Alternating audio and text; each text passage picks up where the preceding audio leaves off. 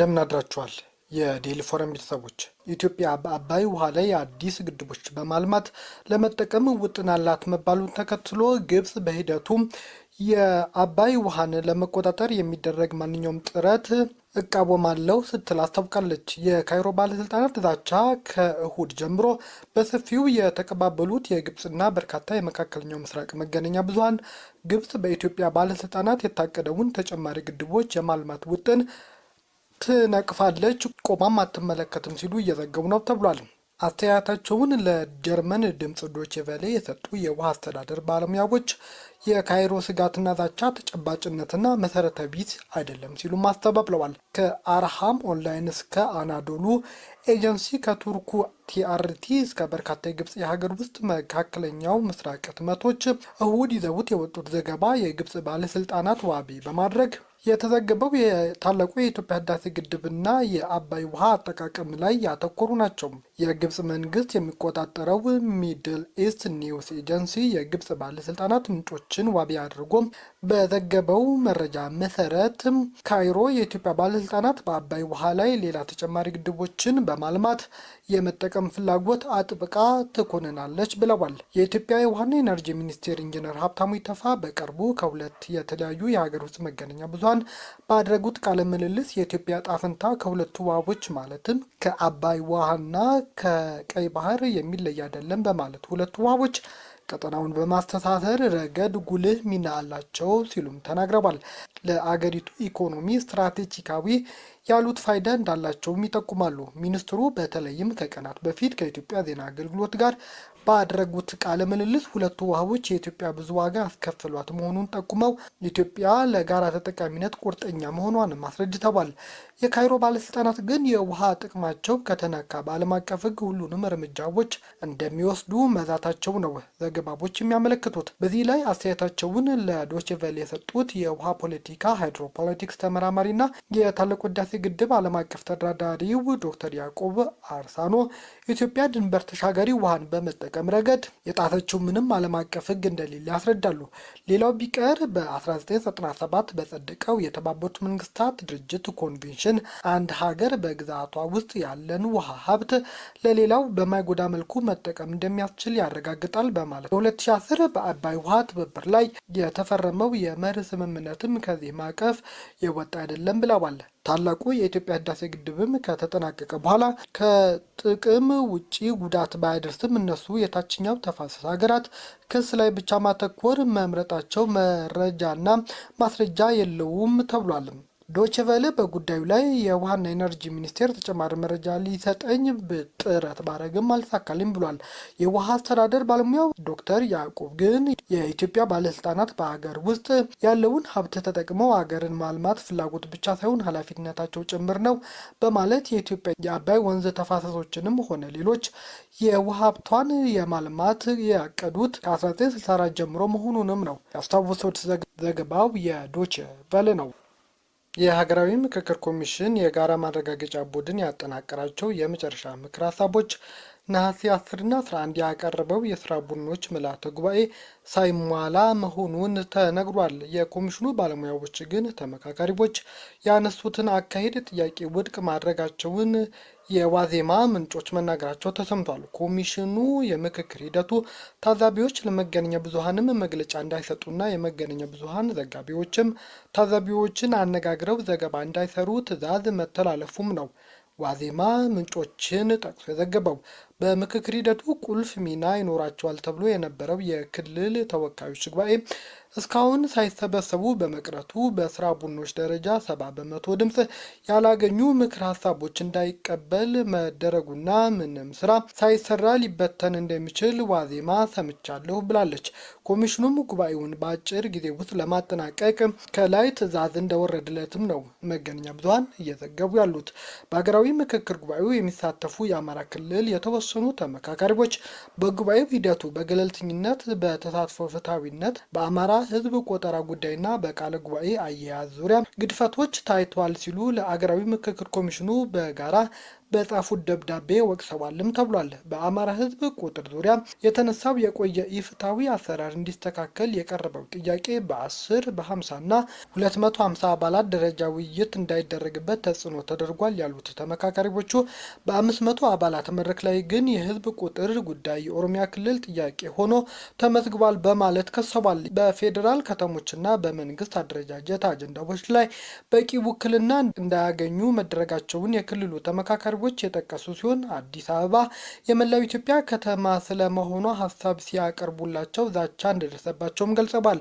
ተመካካሪዎቹ ኮሚሽኑ ቅሬታቸውን መርምሮ የማስተካከያ እርምጃ እንዲወስድም ነበር የጠየቁት። ነገር ግን እስካሁን ለዚህ ጥያቄያቸው ምላሽ አለማግኘታቸው ነው እየተነገረ ያለው። ታዲያ ከዚህ ጋር በተያያዘም የሀገራዊ ምክክር ኮሚሽን ዋና ኮሚሽነር ፕሮፌሰር መስፍን አርአያ ከሰሞኑ በተካሄደ ምክክር ሂደቶች ላይ አለመታየታቸውም ተነግሯል። ዋና ኮሚሽነሩ ለመገናኛ ብዙኃን ለመጨረሻ ጊዜ መግለጫ የሰጡት ነሐሴ 14 ሲሆን ኮሚሽኑ ነሐሴ 6 ባካሄደው የስራ ግምገማ ላይ ተገኝተው ነበር ተብሏል። በዚህ ዕለት ከኢትዮጵያ ብሮድካስቲንግ ኮርፖሬሽን ጋር ቆይታ ማድረጋቸውም ተሰምቷል። ሐሙስ ነሐሴ 7 በተካሄደው ማረጋገጫ ቡድን አባላት ምርጫ ላይ በመሪ ኮሚሽነርነት እየተከታተሉ በሚገኘው በሀገር ግንባታ አጀንዳ ዙሪያ በሚመክረው የስራ ቡድን ተገኝተው ሂደቱን መመልከታቸው የገለጡት መገናኛ ብዙኃን ከዛ በኋላ ግን የምክክር ሂደቶች ላይ አልታዩም ተብሏል። ኮሚሽኑ ነሐሴ 7 እና ነሐሴ 11 ለመገናኛ ብዙኃን በሰጠው መግለጫ ላይ ዋና ኮሚሽነሩ ያልተገኙ ሲሆን በሁለቱ ቀናት የተሰጠ መግለጫ ላይ ምክትል ዋና ኮሚሽነሯ መግለጫ ሰጥተዋል። የኮሚሽኑ ምክር ቤት ለመገናኛ ብዙኃን የሚሰጡ መግለጫዎች ዋና ኮሚሽነር መስፍን አሊያም ኮሚሽነር መሐመድ ድሪር እንዲሰጡ ውሳኔ ማስተላለፉ ያስታወሱት ምንጮች ምክትል ዋና ኮሚሽነሩ መግለጫዎችን እንዲሰጡ የተደረገበት ምክንያት ግን እስካሁን አልተገለጸም። ዋና ኮሚሽነሩ በሰጧቸውና በተለያዩ መገናኛ ብዙኃን በቀጥታ ስርጭት በተላለፈ ጋዜጣዊ መግለጫ ላይ ባነሷቸው አንዳንድ ነጥቦች ዙሪያ ተቃውሞ ያላቸው ኮሚሽነሮች እንዳሉ የተነገረ ሲሆን የኮሚሽኑ ምክር ቤት ዋና ኮሚሽነር ለጊዜው መግለጫ እንዳይሰጡ መወሰኑንም ነው የተነገረው። ትራምፕ የአሜሪካው ፕሬዝዳንት ዶናልድ ትራምፕ የሆርሙዝ ወሽመጥ የአሜሪካ አዲስ መሬት ነው ሲሉ ማስታወቁም። ትራምፕ በትሩዝ ሶሻል ማህበራዊ ሚዲያ ለጥፋቸው ላይ የሆርሙዝ ወሽመጥ አብረው የአሜሪካ አዲስ ግዛት የሚል ከፎቶ ጋር አጋርተዋል። ትራምፕ ከ3 ቀናት በፊት በቅርቡ የሆርሙዝ ወሽመጥ የአሜሪካ ግዛት ተብሎ ይታወጃል ሲሉም ፍንጭ ሰጥተው ነበር። ኢራን አሸንፈን ስንጨርስ የሆርሙዝ ወሽመጥ የአሜሪካ ግዛት መሆን አውጃለሁ ሲሉም ዶናልድ ትራምፕ ተናግረዋል። ከፕሬዝዳንቱ ንግግር በኋላም ዎል ስትሪት ጆርናል አስተያየታቸውን የጠየቃቸው የዋይት ሀውስ ባለስልጣናት የትራምፕ ንግግር ቀልድ ነው ሲሉም አስተባብለዋል። የኢራን ፓርላማ አፈ ጉባኤ መሐመድ ባጋር ጋሊባፍ በበኩላቸው አሜሪካ የመግባቢያ ሰነዱ ስምምነቶች ካልተገበረች የሆርሙዝ ወሽመጥ እንደማይከፈት አስታውቀዋል። የኢራን ዋነኛ ተደራዳሪ ጋሊባፍ እንደተናገሩት አሜሪካ የጣለችው የባህር ላይ እገዳ እንዲሁም የነዳጅና ንብረቶችን ማዕቀብ ካልተነሳ በሁሉም ግንባሮች ወታደራዊ እርምጃ ካልተገታ የሆርሙዝ ወሽመጥ አይከፈትም ሲሉ ማስጠንቀቀዋል። ይህ በእንዲህ እንዳለም የሆርሙዝ ወሽመጥ በተመለከተ በኢራንና በኦማን መካከል የሚደረገው ድርድር እስከሚጠናቀቅ ድረስ እየተጠበቀ መሆኑንም ኳታር አስታውቃለች። የኳታር ውጭ ጉዳይ ሚኒስቴር ቃል አቀባይ ማጂድ አንሳሪ እንዳሉት የሆርሙዝ ወሽመጥ በተመለከተ የሚደረሰው ስምምነት በአሜሪካና በኢራን መካከል ድርድር እንዲቀጥል ያግዛል። በአሜሪካና በኢራን መካከል ባለው ፍጥጫ ምክንያት ከፍተኛ መጠን ያለው የነዳጅና የጋዝ ምርት የሚተላለፍበት ሆርሙዝ ለመርከቦች ባለፉት ጊዜያት ዝግ ሆኗል። በዚህ ምክንያት በወሽመጡ በኩል ለማለፍ የሞከሩ መርከቦች ላይ ጥቃት እየደረሰ ሲሆን ጉዳትም እያስተናገዱ ነው። ታዲያ ዶናልድ ትራምፕ ሆርሙዝ ወሽመጥ የአሜሪካ ግዛት ነው ማለታቸው ተከትሎ የኢራን ውጭ ጉዳይ ሚኒስትር ካዚም ጋሪባባዲ ቅዠት ሲሉም የትራምፕን አስተያየት አስተባብለዋል። ዶናልድ ትራምፕ የፐርሺያ ባህረ ሰላጤ በትክክል መጽሐፍ እንደተማሩት ሁሉ ስለ ሆርሙዝ ወሽመጥም ያላቸው ቅዠት በቅርብ እናስተካክለዋለን ሲሉ ማስጠንቀቀባቸዋል። የኢራን የውጭ ጉዳይ ምክትል ሚኒስቴር ይህንን ምስል በድጋሚ ማጋርተዋል። በሌላ በኩል የኢራን ፓርላማ አፈ ጉባኤ መሐመድ ባገር ጋሊባፍም በኩላቸው አሜሪካ የመግባቢያ ሰነዶችን በፍጥነት ታክብር ሲሉም ነው ያስታወቁት። ታዲያ በሌላ ጉዳይ ደግሞ እስራኤል በሶሪያ ያደረሰችውን ጥቃት አሜሪካ አውግዛለች። በሰሜን ምዕራብ ሶሪያ ኢድሊብ ግዛት በሚገኝ ወታደራዊ አውሮፕላን ማረፊያ ላይ እስራኤል የፈጸመችው ጥቃት አሜሪካን ነው ያወገዘችው። እስራኤል ያደረሰችው ጥቃት አላስፈላጊ ግጭት ማባባስ ስትልም አሜሪካ ኮንነዋለች።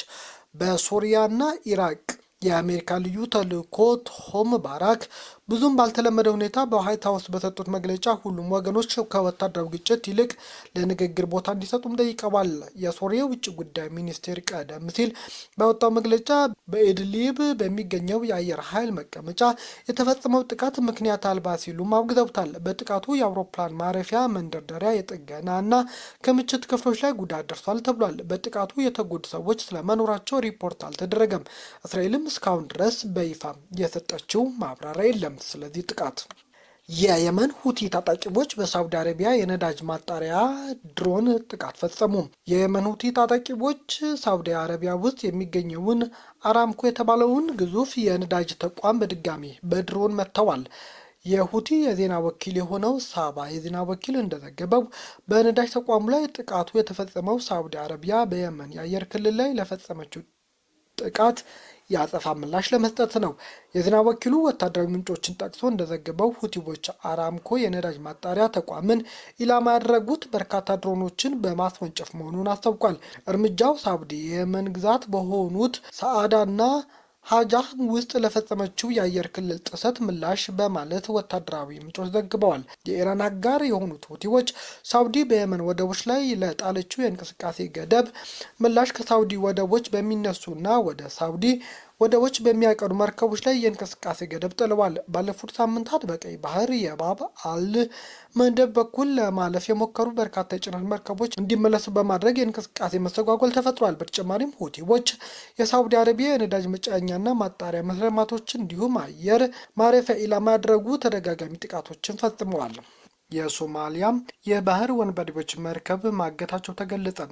የባህር ወንበዴዎቹ በሶማሊያ የባህር ዳርቻ ላይ አንድ መርከብ ማገታቸው ኤኤፍፒ ዘግቧል። የአሜሪካ፣ የአውሮፓ ህብረትና የዩናይትድ ኪንግደም የባህር ደህንነት ተቆጣጣሪ ተቋማት መርከቡ የታገተው ሰኞ መሆኑንም አስታውቀዋል። የታገተውም መርከብ ስም ግን አልተገለጸም። የንግድ መርከቡ በሶማሊያ ማራዬ የተሰኘ ጠረፋማ ከተማ አካባቢ መታገቱን አስታውቆ በውስጡም የነበሩ 8 ሰዎች በአጋቾች መያዛቸው ተነግሯል።